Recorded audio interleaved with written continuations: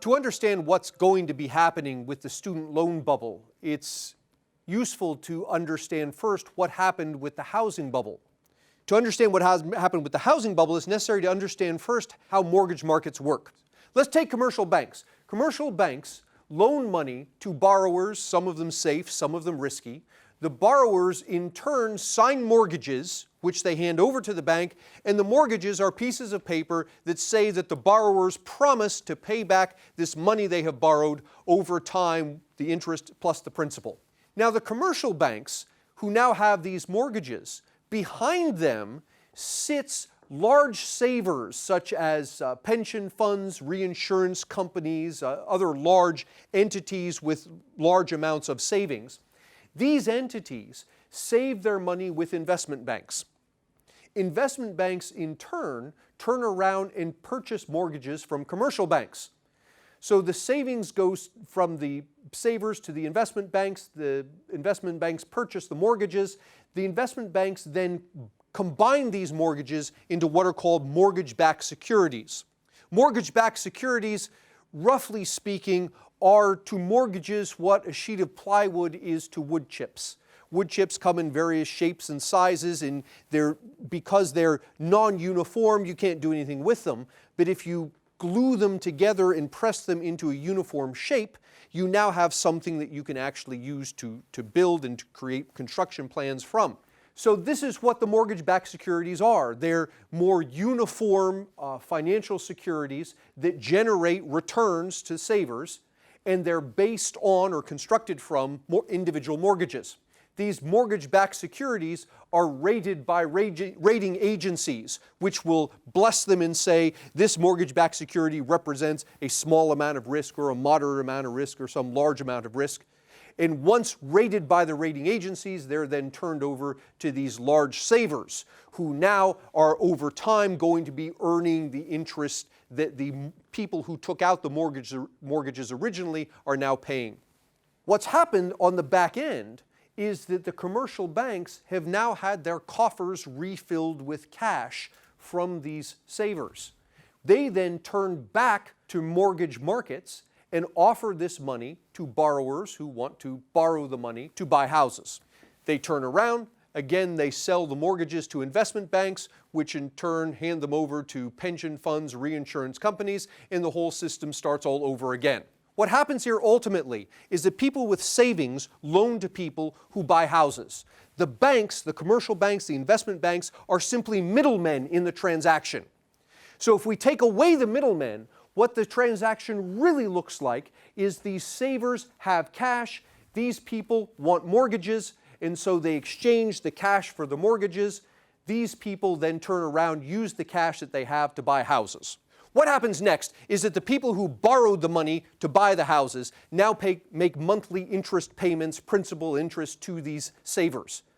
And over time, some of these people may go bankrupt and they stop making their payments, but the people who are safe borrowers may continue to make the payments. So in total, these savers are receiving interest on some of the mortgages that people didn't go bankrupt on. They're not making interest on other ones that people did go bankrupt on, but on average, they're making some reasonable rate of return on their savings. Where the interest rate settles, we call the equilibrium. The equilibrium interest rate is the interest rate at which the savers are willing to lend as much money as the borrowers are willing to borrow. Now, what happened in the housing bubble is that this process of attaining the equilibrium interest rate was short-circuited. And it was short-circuited by two sets of players. One, the Federal Reserve, which intervened in markets pushing interest rates to the lowest levels that they have been in this country historically.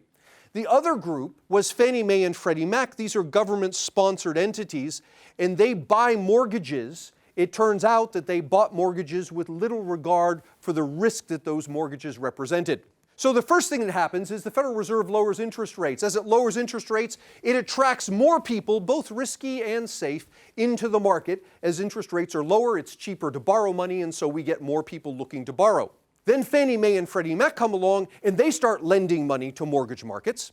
These two entities were less concerned with the riskiness of the borrowers. They were less concerned for two reasons. One, is that because they were government entities, they tended not to be as profit-driven as non-government entities tended to be. If Fannie Mae and Freddie Mac lost money, implicitly people understood that the federal government would come behind and bail them out.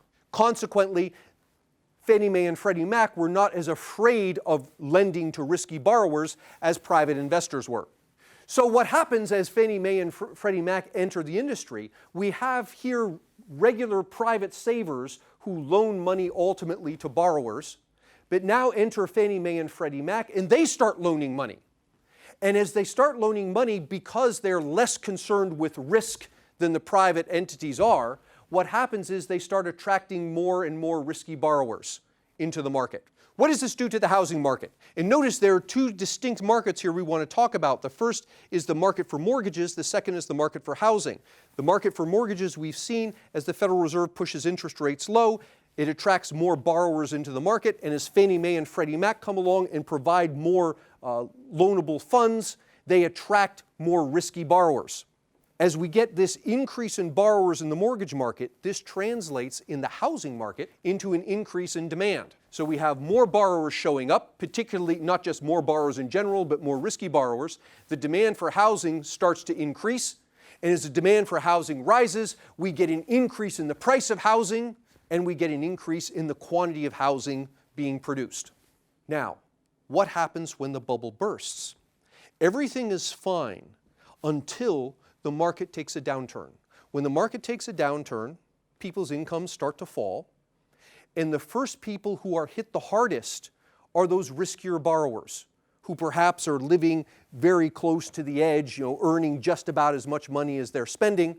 As the economy turns down, they start to get behind on their mortgage payments. Eventually, a lot of them declare bankruptcy, and so what happens is that a bunch of these borrowers now disappear. But although they disappear, they have ceased making payments on their mortgages. Their houses still exist. So two things happen in the housing market. One is there's a decline in the demand for housing as these borrowers who used to be coming into the market now stop. Second, as these existing borrowers who had already built houses, they go bankrupt, the banks confiscate their houses, turn around to sell them on the market, we now have an increase in the number of houses being offered for sale. So we have this combination of a decline in demand for housing and an increase in the supply of housing as existing houses come back onto the market. And the result is the price of housing declines. This is the crash of the housing market. So ultimately what happened here? What happened here is that the government broke the link between risk and return. If you think about a mortgage represents to a bank two things. One is return. Over time, the people who borrowed this money will pay it back with interest. But the other is risk. If the people go bankrupt, they walk away, they stop making the payments, the bank is left with this house that they don't want, and they're not receiving income on the mortgage that they were promised. These two things, the desire for return and the desire to avoid risk, cause banks to loan prudently. Not too much, not too little. But when the government comes along and breaks this link between return and risk, what happens is there's now no penalty for loaning too much. There's only a return. So the detailed answer goes something like this. Fannie Mae and Freddie Mac enter, because they're backed by the government, they effectively force taxpayers to bear the risk of loans that they make. Second, Congress passes in 1977, and it persists through 1995, the Community Reinvestment Act. In this Community Reinvestment Act, Congress required that banks provide loans to low-income to high-risk borrowers. Despite the Community Reinvestment Act, banks were not loaning enough money to higher-risk borrowers to satisfy Congress, so Congress then turns around in 1994 and passes the Regal-Neal Act. And the Regal-Neal Act tied something the banks wanted, which is interstate mergers, to something they didn't want, which is loaning to high-risk borrowers. HUD, starting as back as far as 1996, started requiring that Fannie Mae and Freddie Mac loan up to 40% of their portfolio to low-income borrowers. The Taxpayer Relief Act in 1997 exempted profit taxes on home sales up to $500,000, and then finally, from 2000 onward, the Federal Reserve was holding interest rates at historically low levels. These are major interventions in the mortgage market that caused the link between risk and return to be broken. In effect, what the government was doing, principally through Fannie Mae and Freddie Mac, was saying to banks, you go ahead, loan out money, and keep the profits that you earn from lending. Any risk that goes along with that lending, you can just give to us, Fannie Mae and Freddie Mac, we'll handle it. And by we, what they really meant was the taxpayers. So if we look at the data, what we see is, going back to 1990, this is the fraction of all mortgages in the United States that were held by Fannie Mae and Freddie Mac. And if you see round about 2003, Fannie Mae and Freddie Mac came to comprise almost 50% of the mortgage market, as they loaned more and more money, implicitly backed up by taxpayers. More and more risky borrowers came into the market looking to borrow. So if we look at the mix of risky versus unrisky loans back in 2001, the black bar represents conventional mortgages in the United States. The lighter bars at the top represent what we would call risky mortgages. These are mortgages in which the borrower has not put any money down on the house, or the bank has not confirmed what the borrower claims as income and job history is. These are risky loans as of 2001.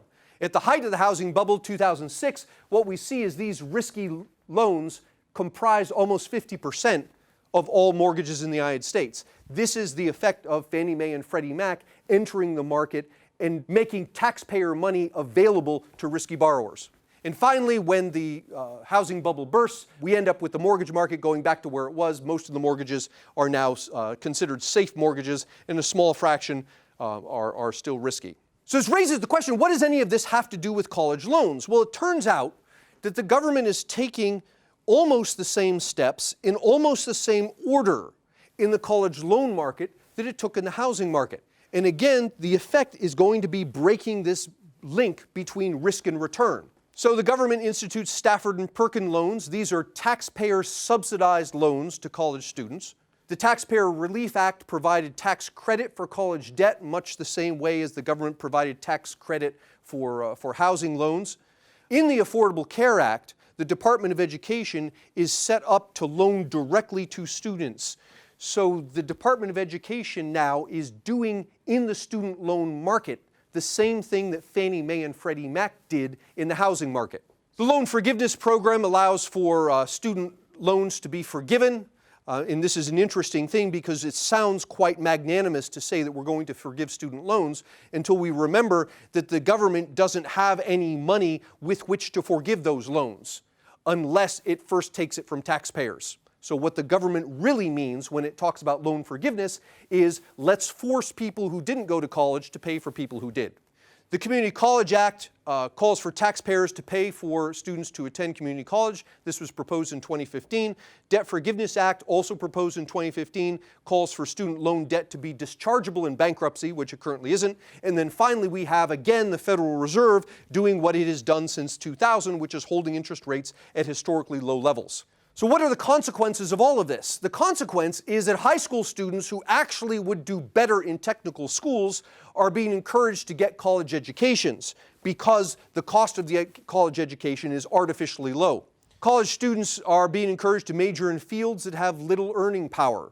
What this results in is a bubble demand for college education. People are being encouraged to take on debt to go to college who actually would be better off not, or people are taking on debt to go to college to study things that actually they'd be better off not studying. And so we have the demand for college rising and college tuition commensurately rising as well. What happens when the bubble bursts? First, taxpayers will be stuck with up to $1 trillion in student loan debt. This is the amount of money that students have currently borrowed to go to college. Second is that millions of low-skilled students will find that they've wasted years of their life in obtaining a college degree that does not have the value that they anticipated it would have. Notice there's an additional problem here with the college loan market that did not exist in the housing market. And that additional problem is this. In the housing market, when I, as a high-risk borrower, borrowed $300,000 to build a house, and then I find I can't make my monthly mortgage payments, I at least have an asset, this $300,000 house, that I can sell to recoup some of the money that I owe the bank. But that dynamic doesn't occur in the student loan market. If I borrow $80,000 to go to college, and when I'm done with college I find that I can't pay off my student loan, I have no commensurate asset that I can sell to turn around and raise money to pay off some of this debt. College presidents will be decried as greedy profit seekers in the same way that bank presidents were decried as greedy profit seekers. And I don't mean to defend bank presidents. Some of them certainly were greedy profit seekers. But the banks did exactly what the government encouraged them to do by breaking the link between risk and return. When the government said, you banks, go ahead and loan out whatever you want and keep the profit, and I, the government, will bear the risk. Banks did what anybody could have anticipated. They turned around and they started loaning to everybody in sight. Similarly here, college presidents, when the government says to colleges, go ahead, admit whoever you want, I, the government, will subsidize it, I'll provide low-interest loans, I'll provide grants to these students. What do college presidents do? The same thing any reasonable person would do, turn around, open the doors, and let anybody who wants in to come in. The end result is many small colleges, like many small banks, are going to go bankrupt. There will come a point in the not-too-distant future when a large swath of students who have gone through college turn around and discover they can't afford to pay for this debt that they have incurred. And the word will go forth to high school students, don't go to college, because all that will happen is you'll be saddled with this large debt that you can't repay. And so there'll be a tremendous decline, like the bursting of the housing bubble. There'll be a tremendous decline in the demand for college education, and many small colleges will go bankrupt. What's the moral of the story here? The moral of the story here is not that banks or colleges are somehow blameless in all of this. The moral is that banks and colleges are made of human beings, and human beings will make mistakes. Some of them will act selfishly, some of them will act duplicitously. But when the government steps in and removes the penalty for acting like that, as it did when it broke the link between risk and return, it takes off the table the punishment that the market can dole out for bad behavior. And without that punishment, banks, colleges are going to do what any reasonable person would guess they would do. They will turn around and give as much of their product to as many people as show up, because in the end, they believe the government is going to pay for it.